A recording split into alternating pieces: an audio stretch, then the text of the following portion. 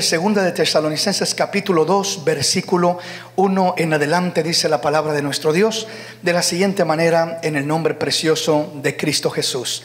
Dice la Escritura: pero con respecto a la venida de nuestro Señor Jesucristo y nuestra reunión con Él, os rogamos, hermanos, que no os dejéis mover fácilmente de vuestro modo de pensar, ni os conturbéis, ni por espíritu, ni por palabra, ni por carta como si fuese nuestra, en el sentido de que el día del Señor está cerca.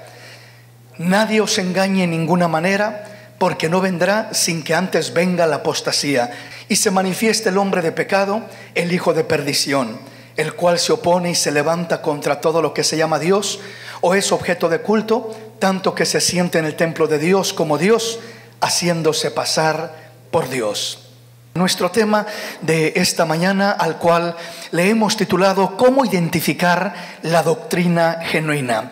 Hemos estado hablando en estos recientes temas pasados de lo que es la doctrina de demonios, de lo que es la doctrina apóstata, lo que es ahora la genuina doctrina. ¿Cómo identificar esa genuina doctrina de parte de Dios?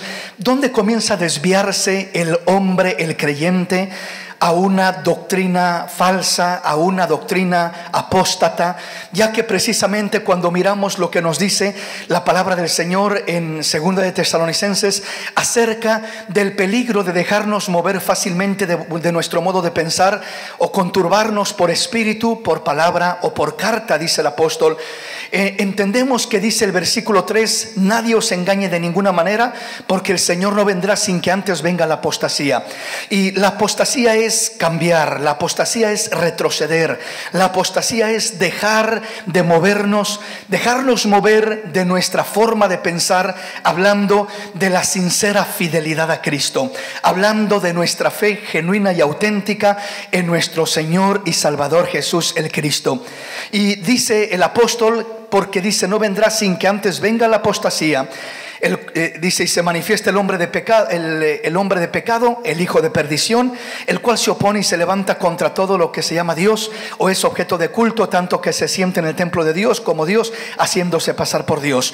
Y hemos estado mirando precisamente que este personaje ya está en acción, ya está operando, hablando en una forma espiritual. Después de que la iglesia sea arrebatada, operará, se manifestará de una manera física, literal, natural, engañando a la humanidad.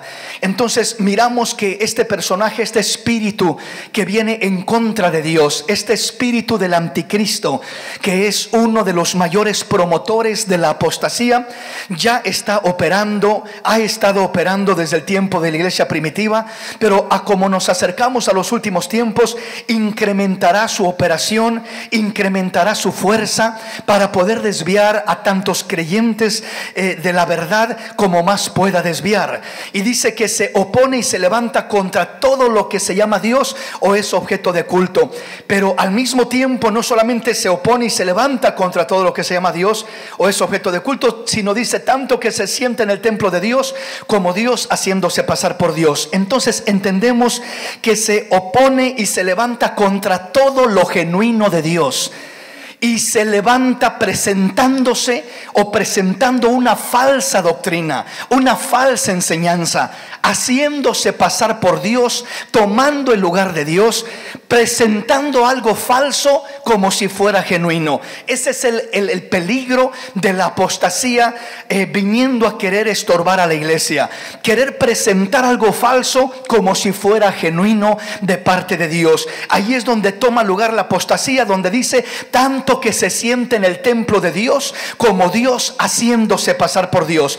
Entonces el anticristo, el espíritu del anticristo, opera buscando presentar algo falso como si fuera de Dios, como si fuera genuino. Y ahí es donde nosotros corremos ese riesgo de desviarnos, de confundirnos y de caer en ese engaño, de apostatar de la fe que hemos recibido, de la fe genuina en Cristo Jesús, nuestro Señor y Salvador. Venimos mirando que que dentro de este desarrollo, como dice el apóstol Pablo, no se dejen mover fácilmente, ni por espíritu, ni por palabra, ni por carta.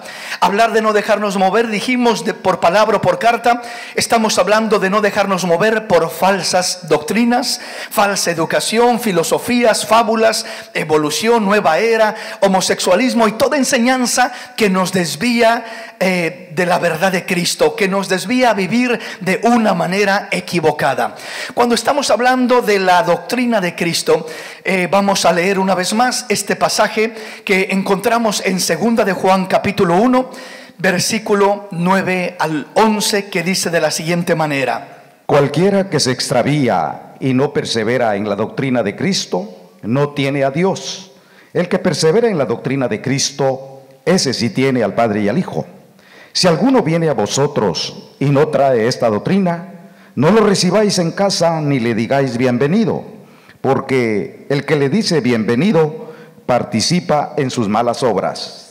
Es importante identificar genuinamente la doctrina de Cristo, porque dice que la doctrina de Cristo juega un papel muy importante en nuestra vida, en nuestro caminar. Dice este pasaje que cualquiera que se extravía y no persevera en la doctrina de Cristo no tiene a Dios. Es decir, esto es serio. La doctrina de Cristo es el fundamento de nuestra fe, en el sentido de que todo el que se desvía y no persevera en la doctrina de Cristo, dice la palabra, el tal no tiene a Dios. El que persevera en la doctrina de Cristo, este tiene al Padre y al Hijo.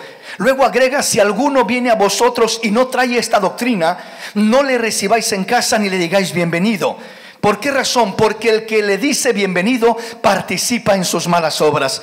En otras palabras, está hablando de aquella persona que toma un camino errado, siguiendo un evangelio diferente, como dice Pablo a los Corintios y a los Gálatas. Es decir, presentando a otro Jesús, siendo guiados por otro espíritu, que ya no es el Espíritu Santo de Dios, que ya no nos guía a la verdad y a la justicia de Dios, sino que ya nos guía por un camino equivocado, por un camino desviado. Dice tal persona, dice: no le digáis bienvenido, porque cuando dice no le digáis bienvenido, no está hablando de que no tratemos de hablarle, en este caso si está a nuestro alcance, de la verdadera doctrina para ayudarle, dice el apóstol Pablo en otro pasaje, por si acaso Dios tiene misericordia de arrancarlo de esos lazos del enemigo, de ese engaño en el cual ha caído. Pero cuando dice no le digáis bienvenido, a lo que está refiriéndose es a que no participemos simplemente con aquella persona de una manera muy natural, como que nada está pasando, como que eres mi hermano y todo es color de rosa y no hay ningún problema, no hay ninguna reprensión, no hay ninguna corrección, no hay ninguna exhortación. Tomar una actitud liviana de esa manera es a lo que está refiriéndose el apóstol Juan. El apóstol Pablo lo aplica en 1 de Corintios capítulo 5, cuando la Biblia dice: se oye que hay entre vosotros fornicación, y tal fornicación que aún y entre los gentiles se practica, tanto que alguno tiene a la mujer de su padre como mujer. Y dice: ustedes, en vez de haberse indignado, están muy tranquilos, tolerando, permitiendo como si nada pasara todo aquello que está mal.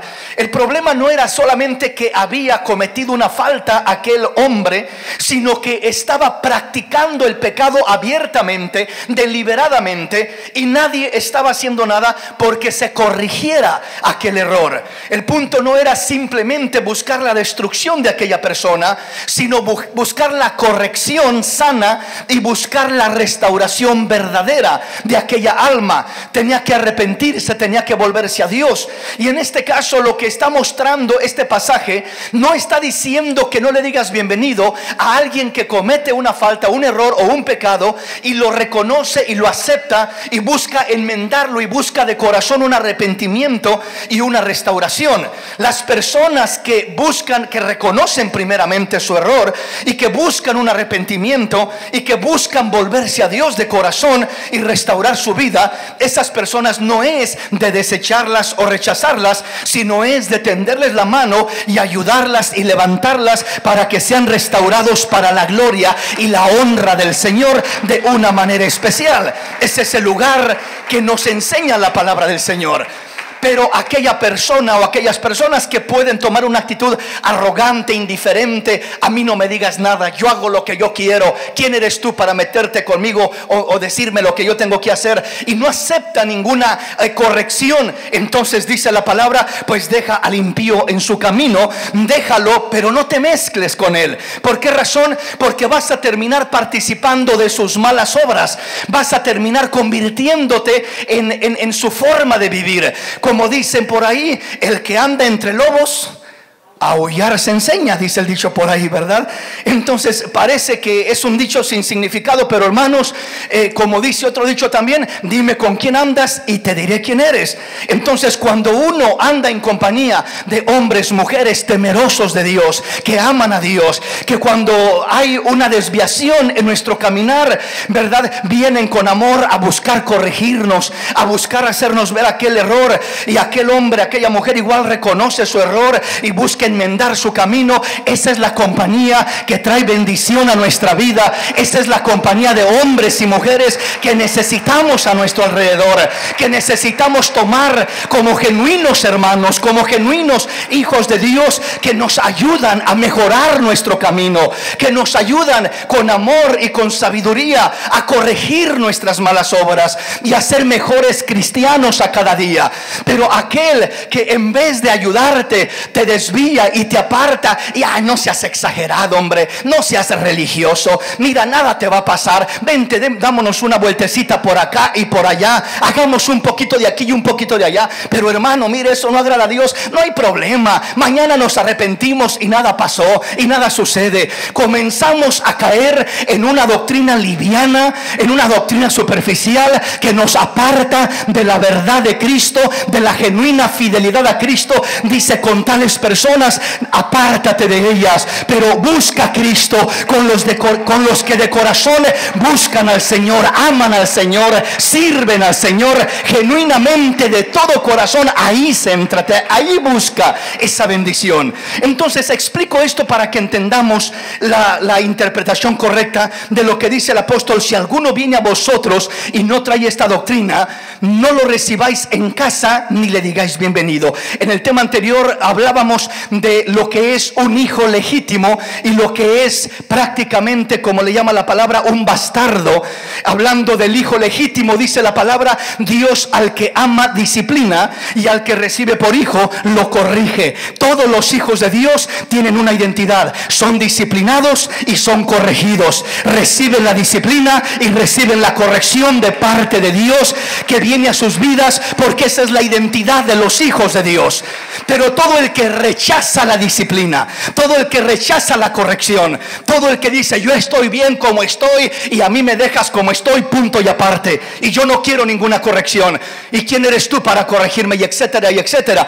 Esa persona, según la Biblia, está tomando el lugar, ya se está desviando de la doctrina de Cristo, está tomando el lugar ya de un hijo bastardo, el cual dice, al bastardo nadie lo corrige, al bastardo nadie le dice lo que tiene que hacer, al bastardo lo dejan ir por su camino porque no es auténtico hijo de Dios. El bastardo no es el que va a entrar al reino de los cielos. Solo los hijos genuinos que reciben corrección, que reciben disciplina, son los hijos amados de Dios, que vamos a entrar con la ayuda de Dios a su gloria, a su presencia, porque hay esa identidad. Recibimos la corrección, recibimos lo que es aún la disciplina cuando es necesario, porque todos la necesitamos como hijos. La recibimos como hijos terrenales, naturales. ¿Quién de nosotros no fue disciplinado como niño? Todos, ¿verdad? Algunos un poco más que otros, pero todos lo fuimos y todos lo necesitamos. O sea, todos, esa disciplina, esa corrección fue para nuestro bien. Papá, mamá nos disciplinó y no fue porque nos aborreciera, no fue porque nos odiara, sino porque nos amaba y no quería que tomáramos el mal camino, y no quería que anduviéramos con arrogancia y con soberbia y con desobediencia, y nos disciplinaban. Si nuestros padres terrenales nos disciplinaban, cuánto más nuestro Padre Celestial disciplinará a aquellos que ama, a aquellos que son sus hijos genuinos, genuinos y legítimos, seremos todos corregidos y disciplinados. Avancemos en nuestro tema en esta preciosa mañana y veamos algunos otros puntos. Solo un pequeño y corto, rápido recordatorio de algunos puntos que hemos estado mirando. La esencia de la doctrina de Cristo consiste en un estilo de vida. Esa es una de las bases primordiales. No es solo el saber, sino el hacer. O sea, no podemos tener el concepto de que la doctrina de Cristo es simplemente una enseñanza que conozco. Es decir, algo que he aprendido, el saber. La doctrina de Cristo va más allá de simplemente el saber, sino consiste en el hacer, en un estilo de vida. De qué manera vivimos, de qué manera nos comportamos, de qué manera caminamos, de qué manera nos desarrollamos. Ahí está la esencia de la doctrina de Cristo. El conocimiento más importante de nuestra vida es entender la voluntad de Dios, pero el logro más grande de nuestra vida es hacer la voluntad de Dios. ¿Quieres conocer el conocimiento más importante? No es lo que puedas llegar a conocer en una universidad, que gloria a Dios por aquellos que han estudiado y todo el conocimiento que han obtenido. No digo que sea en vano, para algo ha de ayudar, para diferentes cosas en esta tierra, pero el conocimiento más grande y más precioso, más excelso, es conocer la preciosa y perfecta voluntad del Dios de los cielos. Ese es el conocimiento que debemos de atesorar como lo más glorioso, como el conocimiento más importante de nuestra vida. Y el logro más grande no son las riquezas, no son las mansiones, no es la fama, no es todo lo que podemos alcanzar en esta tierra. El logro más grande es hacer la voluntad de nuestro Padre que está en los cielos. Si eso es nuestro principio y fundamento para vivir, estaremos un día en la gloria de Dios, estaremos un día en la presencia de nuestro Padre celestial. Bendito el nombre del Señor. Igualmente, estamos mirando lo que es la falsa doctrina. La falsa doctrina comienza a desviarse el corazón del hombre, conociendo y entendiendo que busca solamente los beneficios de Dios, pero no quiere ningún compromiso con Dios. La genuina doctrina de Dios nos lleva a buscar un compromiso con Dios, un compromiso en nuestra forma de vivir, en nuestra forma de caminar. No solamente los beneficios, dame, dame, dame, Señor, sino, Señor, heme aquí, ¿a dónde quieres que vaya? Heme aquí, ¿qué quieres que haga? Heme aquí, ¿de qué manera quieres que te sirva? Heme aquí, ¿qué quieres que cambie en mi vida el día de hoy? La verdadera doctrina nos lleva a entender el compromiso que tenemos con Cristo. Él es el Señor, nosotros somos los siervos. Él es el Maestro, nosotros somos los esclavos. Él es el Rey y nosotros somos simplemente aquellos que hemos recibido un privilegio de estar en su reino como ahora hijos de Dios. Entonces tenemos que entender el compromiso de nuestra fe y no solamente el buscar los beneficios. Las doctrinas que solo se centran en buscar beneficio, beneficio, beneficio, y predican beneficios y recibe beneficios y aquí están los beneficios, pero nunca te hablan de un compromiso, de vivir en santidad, de un compromiso de honrar a Dios, de agradar a Dios. Entonces esa doctrina se está desviando de la sincera fidelidad a Cristo. Una cosa es lo que nosotros queremos recibir de parte de Dios o le pedimos a Dios, y otra cosa es lo que realmente necesitamos recibir. En ocasiones en nuestro intelecto pensamos que esto es lo que yo quiero de Dios, pero Dios dice: sí, eso es lo que tú quieres, pero esto es lo que verdaderamente necesitas de parte de Dios. Veamos algunos aspectos. La esencia de nuestra fe no está en lo que recibimos de parte de Dios, sino en cómo respondemos o cómo correspondemos ante lo que recibimos de parte de Dios. Mucha gente podrá recibir milagros. Los 9 leprosos, ¿recuerda lo que pasó con ellos?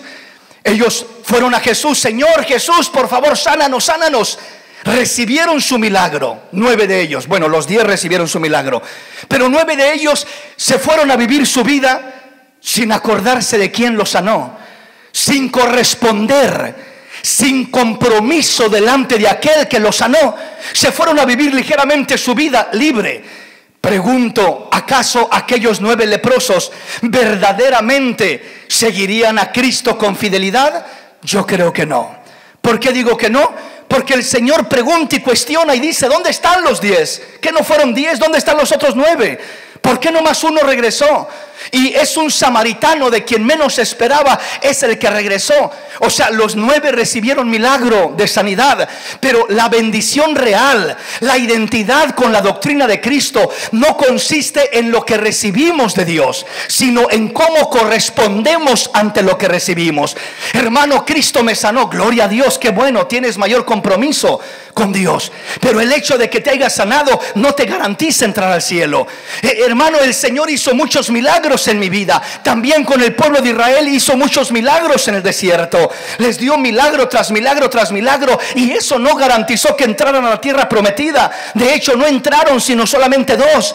Los milagros, las bendiciones, lo que recibimos de Dios no nos garantiza. En aquel día le dirán al Señor: Señor, en tu nombre echamos fuera demonios, en tu nombre hicimos milagros, en tu nombre predicamos, en tu nombre esto, en tu nombre lo otro. Apártense de mí, hacedores de maldad, no los conozco.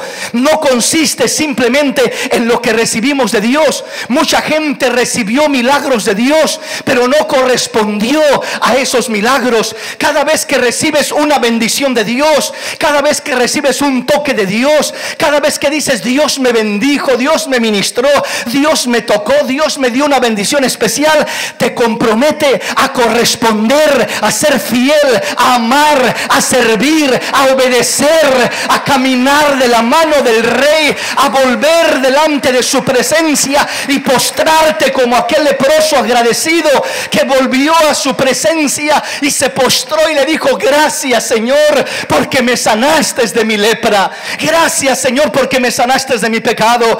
Y el Señor lo mira y dice: ¿dónde están los otros 9? ¿Que no fueron 10 los que sané? ¿Por qué nomás uno regresó? Ese fue el único que supo corresponder a lo recibido de Dios. Muchos recibimos bendición de Dios, pero pocos correspondemos, pocos nos comprometemos ante ese Dios que nos bendice, ante ese Dios que nos sana, ante ese Dios que nos fortalece, ante ese Dios que nos ayuda y nos socorre.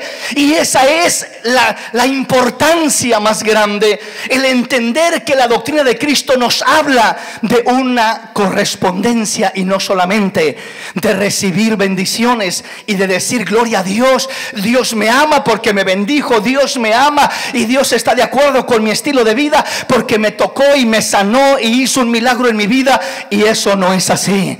No porque Dios te haya bendecido es que está de acuerdo con tu forma de vivir.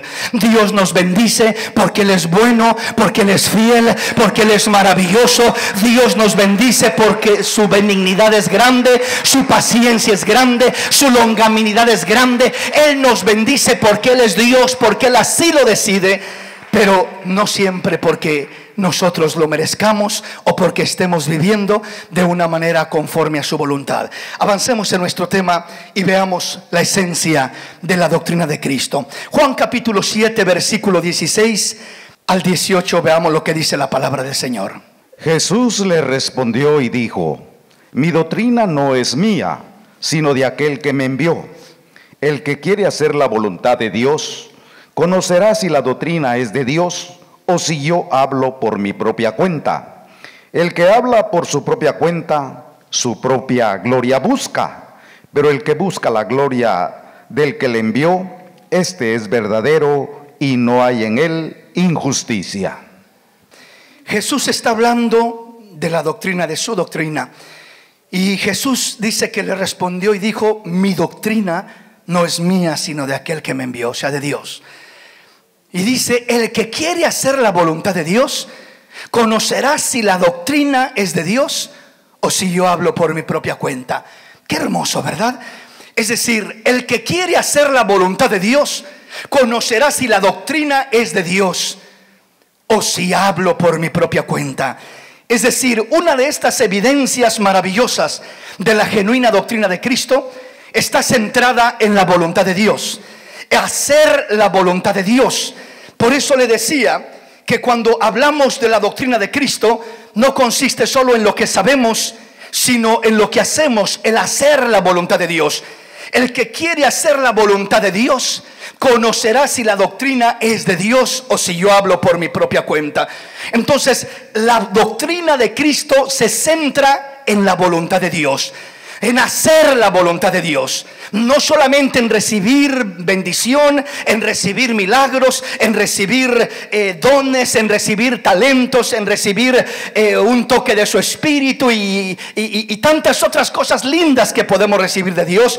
La doctrina genuina de Cristo se identifica, repito, no solo por lo que recibimos, sino por lo que hacemos. En este caso, hacer la voluntad de Dios. El centro de la doctrina de Cristo lo representa o nos impulsa o nos dirige a hacer la voluntad de Dios. Por eso dice, el que quiera hacer la voluntad de Dios conocerá si la doctrina es de Dios o si yo hablo por mi propia cuenta. Entonces, siempre que miramos que nos apegamos a la doctrina de Cristo, la doctrina de Cristo nos va a impulsar, nos va a exhortar, nos va a guiar, nos va a dirigir siempre a una cosa: a hacer la voluntad de Dios. Haz la voluntad de Dios, hijo mío. Haz la voluntad de Dios, hija mía. Haz lo que a Dios le agrada. Cuando haces la voluntad de Dios, estás en la doctrina de Cristo. Tu forma de vivir, tu estilo de vida, tu manera de comportarte, tu manera de hablar, todo aquello que hacemos, cómo vivimos, cómo caminamos haciendo la voluntad de Dios, nos lleva a identificar que estamos en la doctrina de Cristo. Sigue diciendo la palabra, el versículo 18: el que habla por su propia cuenta, su propia gloria busca, pero el que busca la gloria del que lo envió, este es verdadero y no hay en él injusticia. Qué tremendo. O sea, dice que el que habla por su propia cuenta, su propia gloria busca. En otras palabras, podríamos decirlo de esta manera: el que se desvía de la doctrina de Cristo, porque la doctrina de Cristo nos lleva no solamente a hacer la voluntad de Dios, sino a buscar la gloria de Dios, a buscar agradar a Dios. Pero el que se desvía de la doctrina de Cristo busca su propia gloria. El que habla por su propia cuenta, su propia gloria busca. Todo el que busca su propia gloria se está desviando de la doctrina de Cristo. Pero el que busca la gloria, dice, del que me envió, este es verdadero y no hay en él injusticia. Entonces, pensemos en lo que significa buscar nuestra propia gloria o buscar la gloria de Dios.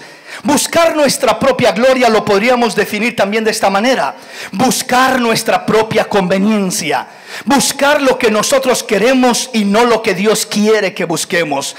Cuando buscamos nuestra propia gloria, nos apegamos a buscar lo terrenal, lo carnal, lo humano, lo que beneficia a nuestro cuerpo y no a nuestra alma, lo que beneficia a nuestra vida temporal y no a nuestra vida eterna. El buscar nuestra propia gloria es querer ser alguien en esta tierra, pero no ser nadie en la gloria de Dios.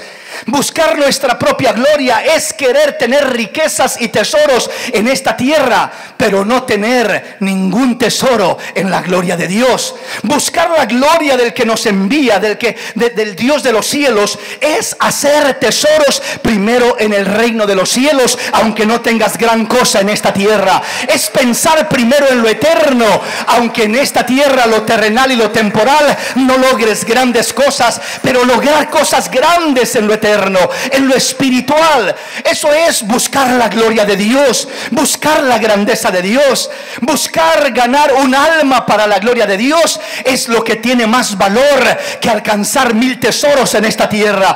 Una alma vale más en la presencia de Dios que 1000 tesoros que logres conseguir en esta tierra. El que gana almas es sabio. El que alcanza una sola alma para la gloria de Dios ha ganado algo precioso, algo valioso. Va a llegar a la gloria de Dios y tiene un tesoro maravilloso en la gloria de Dios. No hay mayor tesoro, hermanos, que meter almas a la gloria de nuestro Padre Celestial. Cada uno de aquellos hombres, de aquellas mujeres que se gana una alma, ese es un tesoro maravilloso que entra a la gloria de Dios. Ese es algo por lo cual habrá recompensas hermosas y enormes de parte parte de nuestro Padre Celestial. Entonces, el buscar la propia gloria es centrarnos en lo humano, en lo terrenal, es buscar la conveniencia carnal, pero no el beneficio espiritual. Primero para nosotros mismos y segundo para los que nos rodean. Dicho de otra manera, lo podríamos decir de esta manera: el fundamento de la sana doctrina consiste más en lo que yo puedo hacer para agradar a Dios que en lo que yo quiero que Dios haga para agradarme a mí. O sea, el pensar en lo que yo puedo hacer para agradar a Dios y no solo pensar en lo que Dios puede hacer o en lo que yo quiero que Dios haga para agradarme a mí. En el camino del Señor, la verdadera doctrina de Cristo nos enseña que nosotros debemos de vivir no pensando en qué Dios puede hacer para agradarme a mí, sino en qué puedo hacer yo para agradar a aquel que dio su vida por mí, aquel que lo entregó todo en la cruz del Calvario, aquel que pagó un precio inimaginable, un precio incomparable. Es en lo que debemos de pensar. Avancemos en nuestro tema. Veamos cómo lo dice el apóstol Juan en tercera de Juan, capítulo 1, versículo 1 al 4. El anciano Agayo, el amado, a quien amo en la verdad. Amado, yo deseo que tú seas prosperado en todas las cosas y que tengas salud, así como prospera tu alma. Pues mucho me regocijé cuando vinieron los hermanos y dieron testimonio de tu verdad, de cómo andas en la verdad. No tengo yo mayor gozo que este, el oír que mis hijos andan en la verdad. Qué hermoso consejo de parte de Dios. El anciano Agayo, el amado a quien amo en la verdad. Y luego le expresa: amado, yo deseo que tú seas prosperado en todas las cosas y que tengas salud. O sea, no es un mal deseo, no es malo el desear que alguien sea prosperado en todas las cosas, hablando en esta tierra, hablando humanamente. No es malo que alguien prospere en el estudio, que alguien prospere económicamente, que alguien prospere en todos esos aspectos, pero dice: y aunque tenga salud, que deseemos, que oremos para que Dios sane a los enfermos. Pero por encima de todo dice: así como prospera tu alma. El alma del hombre, la prosperidad del alma del hombre, del alma del cristiano, del creyente, tiene que ser la base fundamental de nuestro vivir, de nuestro caminar, del deseo de cada hijo de Dios. La prosperidad del alma. Si el hombre prospera terrenalmente y materialmente, pero su alma está raquítica, muriendo sin prosperidad espiritual, ¿qué nos lleva a la prosperidad espiritual? La prosperidad espiritual y la doctrina falsa, bueno, la prosperidad espiritual es lo contrario a la doctrina falsa. La prosperidad terrenal sin prosperar en lo espiritual es lo que representa precisamente la falsa doctrina. La falsa doctrina se centra solo en buscar el bienestar del cuerpo, es decir, lo terrenal, pero descuida el bienestar de su alma, lo espiritual. Es decir, estamos hablando de centrarse en lo terrenal, pero olvidar lo espiritual. Invertimos los papeles, nos desviamos de la doctrina de Cristo. La verdadera doctrina de Cristo no pone primero la prosperidad terrenal, sino pone primero la prosperidad de tu alma, la prosperidad espiritual, para que de esta manera tengamos bendiciones reales de parte de Dios. Como dijo el Señor: mas buscad primeramente el reino de Dios y su justicia, y todo lo demás vendrá como una añadidura. Entonces todo lo demás viene a nuestra vida como una añadidura cuando buscamos primero el reino de Dios y su justicia. Cuando buscamos primero que prospere nuestra alma. ¿Cómo va a prosperar nuestra alma? Haciendo la voluntad de Dios. ¿Cómo va a prosperar nuestra alma? Alimentándonos de la palabra de Dios, buscando las cosas de arriba y no las de la tierra, buscando la gracia de Dios, buscando la fortaleza de Dios antes que cualquier otra cosa. Buscar primeramente lo de arriba, la prosperidad del alma, el bienestar de nuestra alma antes que lo terrenal. Veamos cómo lo dice Juan capítulo 6, versículo 25 al 27. Y hallándole al otro lado del mar, le dijeron: Rabí, ¿cuándo llegaste acá?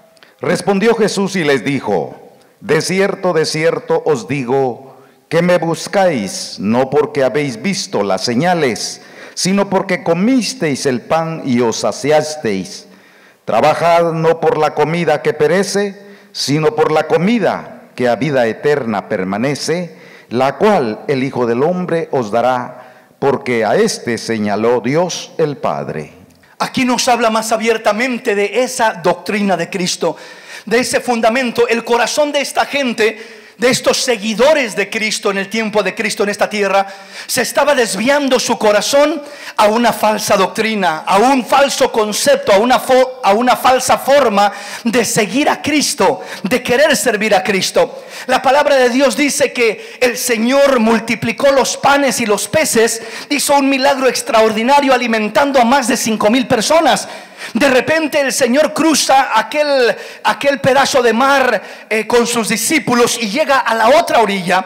Y cuando llega a la otra orilla, la gente que había dejado acá, donde había multiplicado los panes, ya habían rodeado y ya lo estaban esperando del otro lado. O sea, cosa asombrosa, un interés tremendo que pusieron, un esfuerzo tremendo que pusieron en llegar más pronto que el mismo Señor.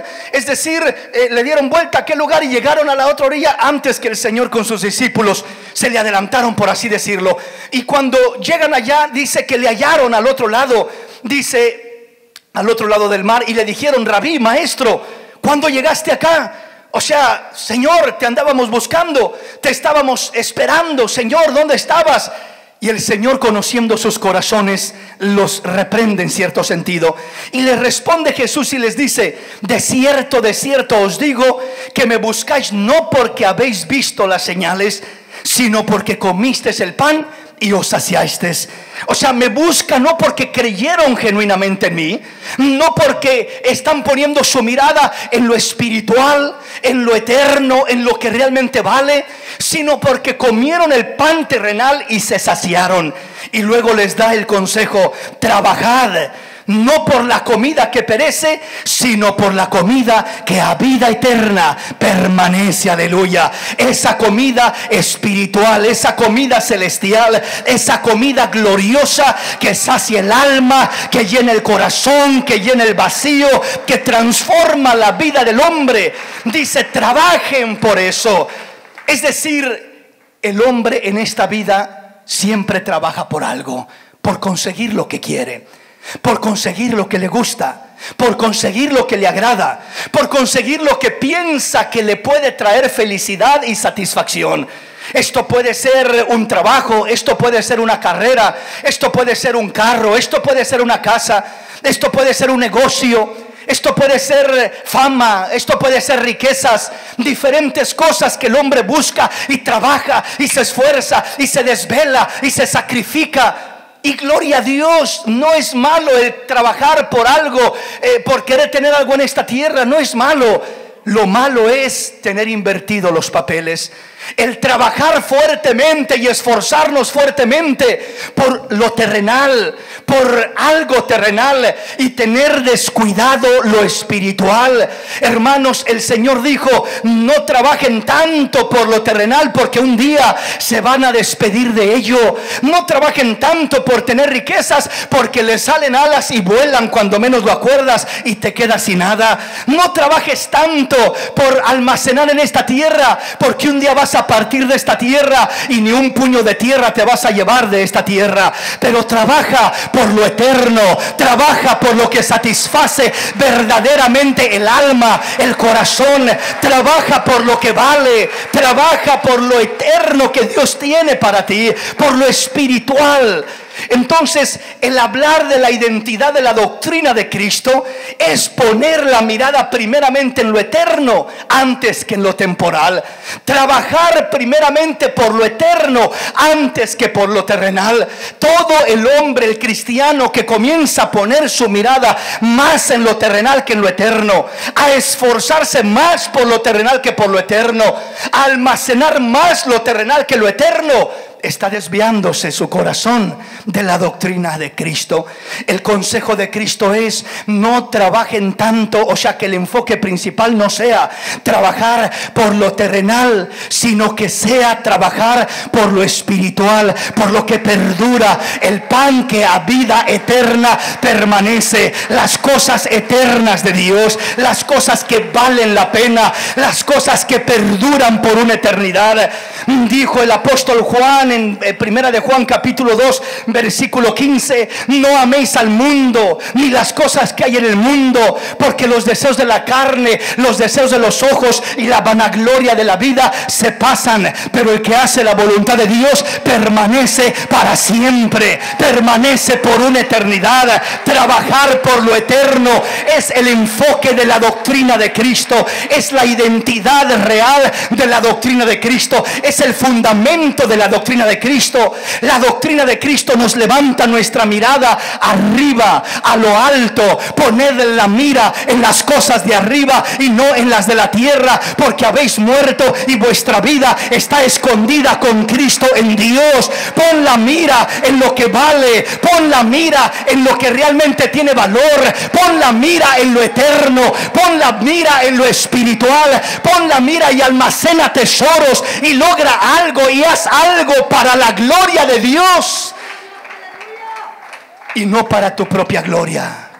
Hermano, cuando uno almacena y dice: tengo mi grande cuenta en el banco, ¿quién es el que está llevándose la gloria de eso? ¿Dios o uno mismo? Uno mismo. Uno se jacta, uno se siente protegido, satisfecho. Tengo mi gran ahorro, mi cuenta bancaria. Esa es la gloria, es mi propia gloria, es la gloria humana. He comprado mi grande casa y tengo mi gran mansión. ¿Qué gloria hay en ello? Es una propia gloria, es una vana gloria, es una gloria terrenal. Repito, no estoy diciendo que sea un pecado o que sea algo malo. No, si Dios te permite tener una mansión, tenla.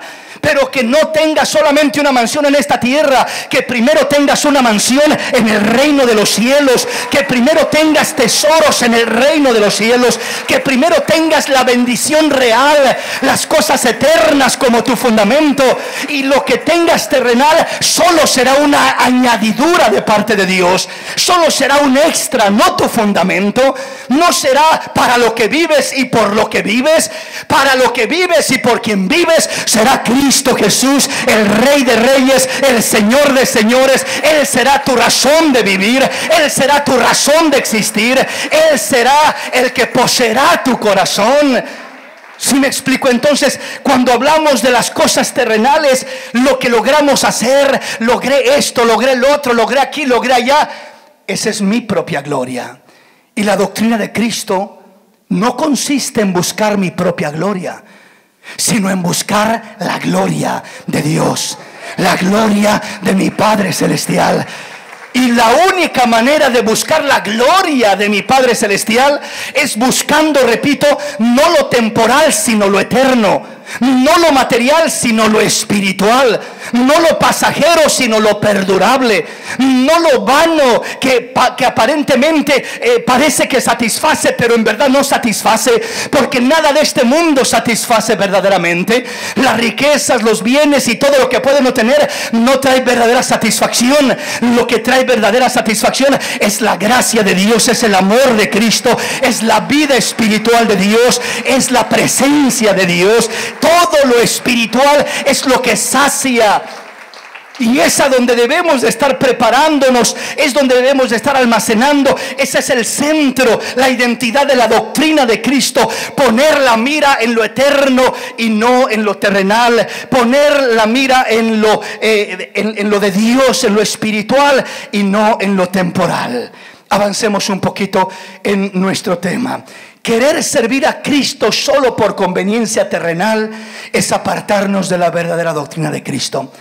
Querer servir a Cristo por una conveniencia terrenal. Hermano, no es malo servir a Cristo por conveniencia, pero la conveniencia debe de ser espiritual. O sea, me conviene servir a Cristo por conveniencia, sí, pero por conveniencia no terrenal, sino espiritual. La conveniencia espiritual significa porque estoy haciendo tesoros en los cielos, porque tengo más vida de Dios en mi corazón, tengo más paz de Dios, tengo más gozo de Dios, tengo más fortaleza de Dios, tengo lo eterno que este tiempo pasajero no me lo va a quitar, tengo lo eterno que una enfermedad no me lo puede quitar, tengo el gozo perdurable que un mal momento en esta tierra no me lo va a quitar, porque por encima de todas las cosas el gozo del Hijo de Dios tiene que ser en que su nombre está escrito en el libro de la vida. Se regocija a cada día porque tiene una mansión en los cielos, porque tiene un lugar especial,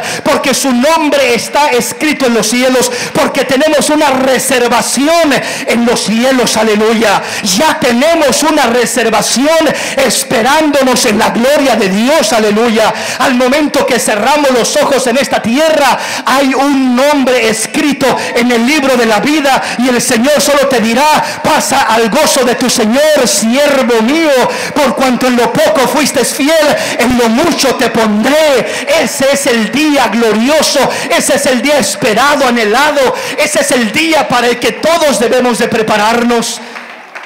Vuelvo a repetir, no significa que no puedas tener una casa, un carro, un buen trabajo, una profesión, un estudio en esta tierra. Puedes tener todo eso, pero nunca olvidándote de lo más importante, nunca teniendo el fundamento correcto, primeramente de trabajar por lo espiritual, de trabajar por lo eterno y no por lo terrenal, olvidando lo eterno. Entonces, si el propósito de nuestra vida solo es trabajar y buscar lo que satisface nuestra carne, es decir, lo terrenal, al final de cuentas nuestra vida será un fracaso en esta vida y en la eternidad. Porque solo trabajamos por lo terrenal, solo trabajamos por buscar una satisfacción carnal en esta tierra, lo cual primeramente nunca encontraremos. Si el Señor dice: trabaja por el pan que a vida eterna permanece y no solo por el que perece, es no solamente porque Dios quiere que tengas algo en la eternidad, en lo que realmente vale, en lo espiritual, sino porque Dios sabe que por más que busques encontrar algo real y genuino que satisfaga tu vida verdaderamente en lo terrenal, nunca lo podrás encontrar, por más que tengas. Veamos un ejemplo de esto.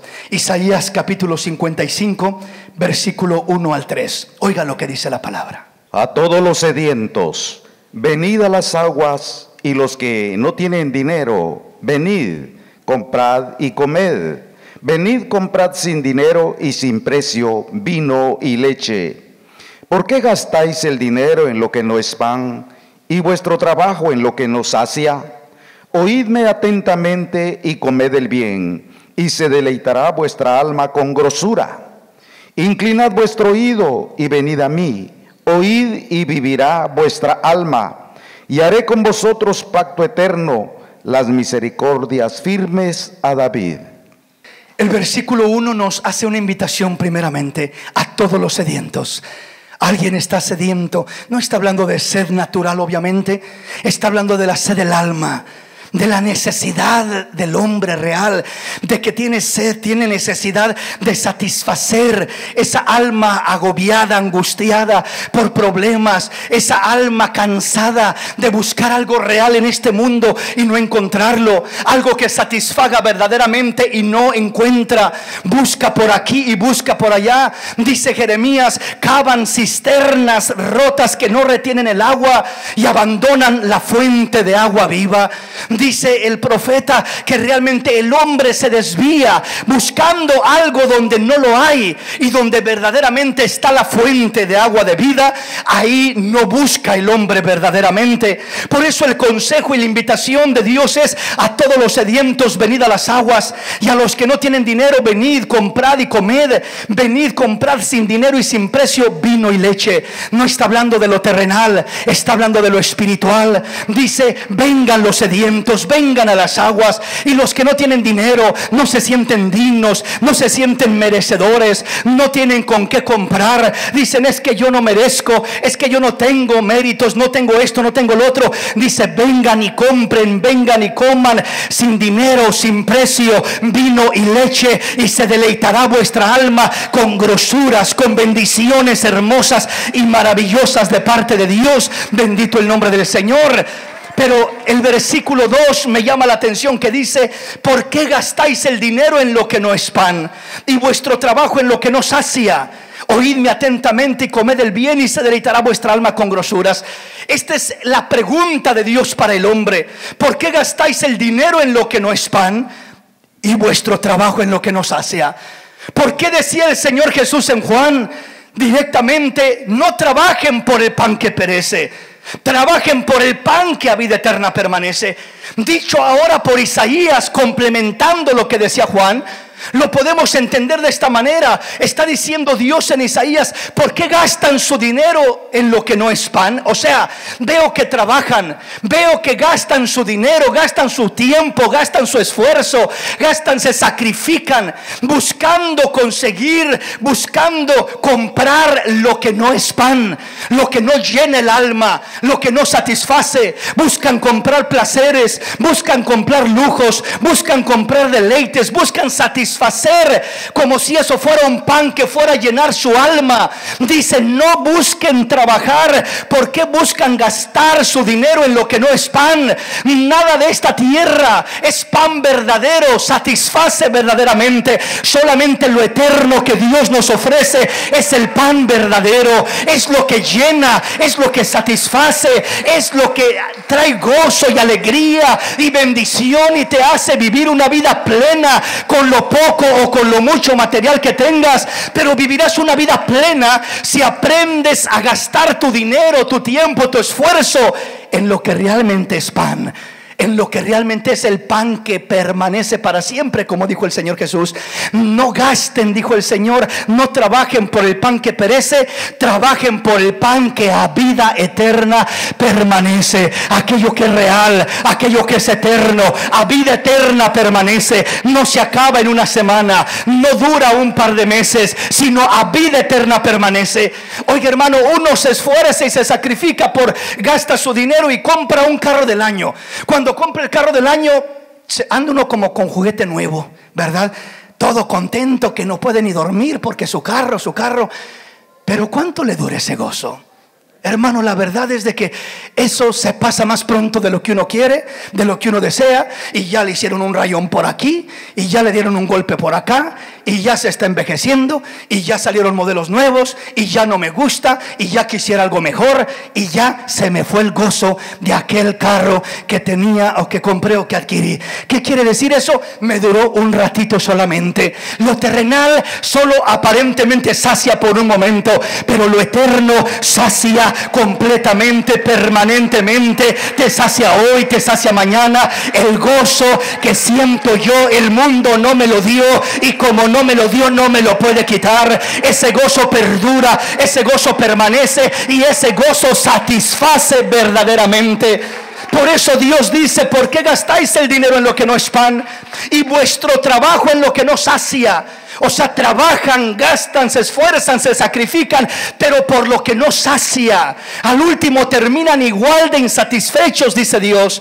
No solamente que no tienen nada arriba, no solamente que no trabajan por lo eterno y lo espiritual, sino que todo eso terrenal y material no satisface. Vivirán vidas vacías, vidas huecas, vidas superficiales. Esa no es la doctrina de Cristo. La doctrina de Cristo nos enseña a vivir vidas plenas, satisfechas y contentas con lo poco o con lo mucho que tengamos. Nos sentimos plenos en la presencia de Dios, nos sentimos completos, porque en Cristo estamos completos, en Cristo estamos satisfechos, en Cristo nos sentimos bendecidos. No importa si me falta algo por aquí o algo por allá, pero tengo al único que lo llena todo. Tengo lo único que llena y sacia y satisface verdaderamente, permanentemente y eternamente. Esto es lo eterno, esto es lo espiritual, estas son las cosas de Dios. y no las cosas de esta tierra. Entonces la doctrina de Cristo nos enseña a valorar, a entender, a asimilar que lo que vale, que lo que importa, que lo genuino, que lo auténtico, que lo esencial, que lo que satisface es lo eterno, es lo espiritual, es lo de Dios, que eso es lo que vale la pena esforzarnos, sacrificarnos, trabajar, gastar, desgastarnos a nosotros mismos, gastar nuestra propia vida sirviéndole al Rey de los Reyes. Es la mejor forma de gastar nuestra vida, acabar nuestra vida, nuestras fuerzas, nuestro caminar sirviendo al Señor. Es la mejor forma de gastar nuestra vida. Pero qué triste, qué decepción y qué miserable el hombre que gasta su vida, porque antes de gastar tu dinero, antes de gastar tus bienes, antes de gastar tu tiempo, lo más importante que uno gasta en esta vida es su propia vida. Gastamos nuestra vida. ¿Pero en qué gastamos nuestra vida? Qué terrible es cuando gasto mi vida. Me esfuerzo, me sacrifico, me desgasto, me desvelo y gasto mi vida, pero solo en cosas vanas, solo en cosas superficiales. No me puedo desvelar para servir a Dios. No me puedo desvelar para vigilar y para buscar el rostro de Dios y la presencia de Dios. No puedo ayunar para buscar a Dios. No puedo sacrificarme por Dios. Pero muchas veces andamos no ayunando, sino malpasados. O sea, ahí sin comer por andar afanados haciendo cosas, trabajos, etcétera, etcétera. Y estoy sacrificándome y desgastándome, etcétera. Pero no me pesa desgastarme por cosas terrenales, pero me pesa gastarme por las cosas eternas y espirituales. Ahí es que vamos desviando nuestro corazón, desviándonos a una doctrina que no es genuina ni auténtica. Tenemos que entender que el Señor nos llama y dice: no gastes tu dinero, no gastes tu trabajo, no te gastes a ti mismo, no te desgastes en cosas vanas antes que en las cosas que más valen, para que si un día partes de esta tierra digas con toda satisfacción: Señor, no me gasté mucho en las cosas terrenales, pero Señor, me gasté y me desgasté mi vida entera amándote, sirviéndote, haciendo tu voluntad, buscando tu rostro, buscando tu presencia, ganando almas para tu gloria, buscando lo eterno, buscando lo de Dios. Ahí me gasté, ahí me desgasté, Señor, y parto de esta tierra contento y satisfecho, porque entiendo que ocupé mi vida en lo que más vale y no la malusé, la desperdicié, la malgasté y la desgasté solo en cosas superficiales que no llenan, que no satisfacen. Y al final, cuando me estoy despidiendo de esta tierra, me siento un fracaso, me siento que no supe vivir mi vida. La primera forma, mejor forma de vivir nuestra vida y de aprovechar nuestra vida es buscando a Dios, amando a Dios, gastándonos por Dios, desgastándonos por Dios, sirviendo a Dios, haciendo la voluntad de Dios, buscando la presencia de Dios, adorando a Dios, etcétera, etcétera. La segunda mejor forma de gastar nuestra vida es sirviendo a nuestro prójimo, comenzando con nuestra familia, nuestros hermanos, nuestros amigos, nuestra iglesia, sirviendo a Dios y al prójimo, amando a Dios y al prójimo. Son las dos formas genuinas, auténticas de permanecer en la doctrina de Cristo, de permanecer genuinamente en la doctrina de Cristo.